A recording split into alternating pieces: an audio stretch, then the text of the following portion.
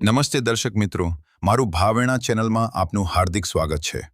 ભાવનગર જિલ્લાના તળાજા તાલુકાના દાઠા ગામે સામૂહિક આરોગ્ય કેન્દ્રનું ઉદ્ઘાટન કરવામાં આવ્યું, જેમાં કેબિનેટ મંત્રી શ્રી કૃષિ વિભાગ જીતુભાઈ વાઘાણી, તળાજાના ધારાસભ્ય શ્રી ગૌતમભાઈ ચૌહાણ, મહુવાના ધારાસભ્ય શ્રી શિવાભાઈ ગોહિલ, રૈયાબેન મિયા, જિલ્લા પંચાયત પ્રમુખ શ્રી ભાવનગર મહેન્દ્રભાઈ પનોત, ચેરમેન શ્રી સર્વોત્તમ ડેરી તેમજ જિલ્લા અને તાલુકાના પ્રમુખશ્રીઓ, ભાવનગર કાર્યકર્ટર શ્રી મનીષ બંસલ સાહેબ, DDO Shri TDO Shri police staff અને દાઠા સામૂહિક આરોગ્ય વિભાગના કર્મચારીઓ અને કેન્સર વાનના અધિકારીઓ, જિલ્લા અને તાલુકાના સદસ્યો, દાઠા ગામ અને આજુબાજુના 20થી 25 ગામડાઓના સરપંચશ્રીઓ અને જાહેર જનતા એ આ કાર્યક્રમમાં હાજરી આપી અને કાર્યક્રમને સફળ બનાવ્યો હતો। અહેવાલ રામકૃષ્ણ વાંશિયા, તળાજા।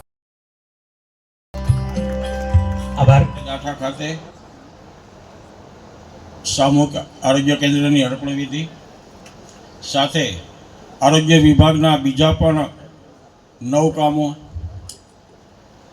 નગરપાલિકા મહાનગરપાલિકાના 10 કામો, માર્ગ અને મકાન વિભાગના 4 કામો, આ બધા મળીને આજે અહીંયાથી જ આપણે ઓનલાઈન ખાતમુહૂર્ત અને અર્પણ વિધિનો કાર્યક્રમ આપણા જિલ્લાના જ માનનીય શ્રી કૃષિ મંત્રી જીતુભાઈ વાઘાણીના હસ્તે રાખ્યું છે। એમાં ઉપસ્થિત આપણા જિલ્લા પંચાયતના સભ્ય બેન રૈયાણી, તાલુકા પંચાયતના પ્રમુખશ્રી દિલ્હીથી આવશે કે આંધ્રમાં અમે આમ કર્યું છે, અમે તો 8-8 ગ્રામ સોનું આપવાની છે દીકરીઓને લગ્નમાં, આવું બધું કહેશે, ખૂબ આવીને કહેશે, એ દિલ્હીવાળા કહેશે, એ તો પછી અતિ વિશેષ લાડ બધો લાભો લાવશે, પણ એવા લાભમાં નહીં આવતા। એની કરતાં અમને તમે છેતરજો, જ્યારે જરૂર પડે ત્યારે અમારી સરકારને તમે છેતરજો, તાત્કાળ જો અમને મંજૂર છે। 23 કરોડનું ટેન્ડર એ ખુલી ગયું છે અને એને વર્ક ઓર્ડર મળે એટલે કામ શરૂ થઈ છે। આપણી વર્ષો જૂની માંગણી હતી, વર્ષો જૂની માંગણી, ગામડા મોટો થયો છે। પેલા ટાયરના ચપ્પલ હતા, ખબર કોઈ? છોકરીઓને ન ખબર હોય, જુવાનને ન ખબર, આપો બાપ દાદા ટાયરના ચપ્પલ પહેરતા, મને ખબર નહીં 2-3 પેઢી બધી હાલતા છે એવું લાગે છે। હારા તૂટે જ નહીં। પછી સ્લીપર આવ્યા, અલગ અલગ પ્રકારના હવાઈ ચપ્પલ લે, એ સ્લીપર આવ્યા ને તો પટ્ટી તૂટી જતી, ને સ્લીપર એ પૈસા વાળો હોય એ ગામડામાં સ્લીપર રાખે, એના પૈસા વાળો ગણતા આપણે, એના ઘરે સ્લીપર છે। આવું હતું મનીષભાઈ અમારા વખતે। 300 લે, કેટલા લે? કેટલા લે? બોલો બોલો। 400 રૂપિયા દાડી, અને વળી પાછું આવવાનું રિક્ષા એ ખેતરના માલિકે કરી દેવાની, 9 વાગે પહેલી ચા આપવાની, વળી બપોરે જમવાનો ટાઈમ થતા આરામ કરે, 5 વાગે એટલે શટર પડી જાય, દુકાનનું પડે, રિક્ષા લેવા આવી જાય અને ફટફટ ફટફટ કરતા ઘરે આવી જાય છે કે નહીં? આજથી એનો અર્થ એવો નથી મેં કહેતા કે મજૂર એ માત્ર 24 કલાક મજૂરી કરે અને તોય આપણે જરૂર હોય લઈ આવવાના, બાકી એમ કે માન ન થવું। ત્યારે મને એવું લાગે કે વિકાસ કોઈ માણસ ન ક્યારે આવે, મને સમજાવો ગૌતમભાઈ। કોઈ માણસ એમ કે મારે કામ નથી કરવું, આખો દી બેઠો રહે, એ એટલા માટે બેઠો રહે કે કોઈની કોઈ જગ્યાએથી એને કમાણી રોજગારી મળે જાય।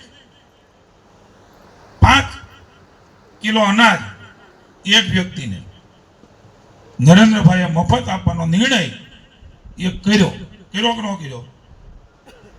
ઘરમાં 5 જણા હોય 25 કિલો આવે કે ન આવે? 25 કિલો એક ઘરમાં 5 જણા હાટું જોવે ખરું? હાટું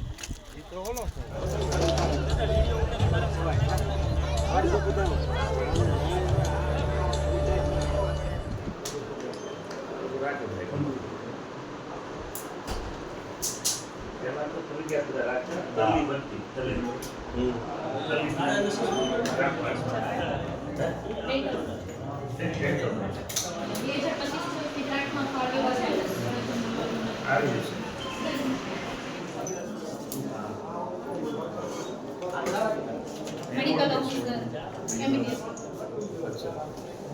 आज मैं बढ़िया से हाँ वे अपॉइंटमेंट मेडिकल ऑफिसर हाँ सब इंजेक्शन માટે આઈએચપી વેક્સિન આપી રહ્યા હતા।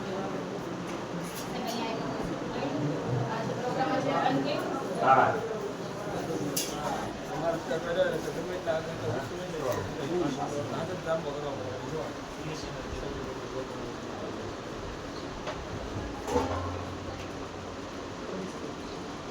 ચાર રૂમ છે પુષ્કળ પ્રમાણમાં એમાં તો બધું થાય છે જે અસેન્શિયલ દવાઓ જે હોય ને એ ના હોય બાકી કોઈના પાથરા પડ્યા હતા, કોઈને ઊભી નહીં. પાકી ગયેલો પાક સોશિયલ મીડિયાના માધ્યમથી એટલી બધી માંગણીઓ કરતા હતા.